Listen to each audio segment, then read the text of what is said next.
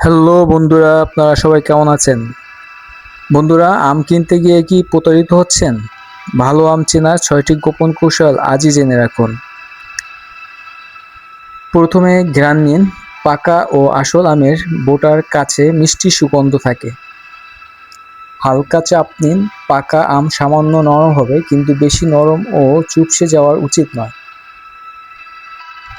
রং দেখে পুরোপুরি বিচার করবেন না। সব পাকা আম হলুদ হয় না। অনেক জাতের আম পাকলেও সবুজ ভাব থাকতে পারে। খোসায় কালো দাগ, ছোটখাটো দাগ স্বাভাবিক, তবে বেশি কালো দাগ, পচা দাগ থাকলে এড়িয়ে চলুন। ওজন অনুভব করুন। আকারের তুলনায় ভারী আম সাধারণত বেশি রসালো হয়। কার্বাইডেট পচানো আম চিনুন। অনেক সময় বাইরের অংশ হলুদ হলেও ভেতরের শক্ত বা স্বাদহীন থাকে।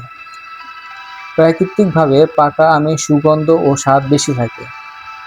আম পানিতে দিলে যদি ভেসে থাকে, তা সবসময় খারাপ হয় নয়। তাই শুধু এই পদ্ধতির উপর নির্ভর না করে ঘ্রাণ, নরম ভাব, স্বাদ বিবেচনা করুন। ধন্যবাদ বন্ধু আপনাদের ভিডিওটি দেখার জন্য। যদি ভিডিওটি ভালো লাগে তাহলে লাইক, কমেন্ট ও শেয়ার করুন এবং অন্যকে জানিয়ে দিন।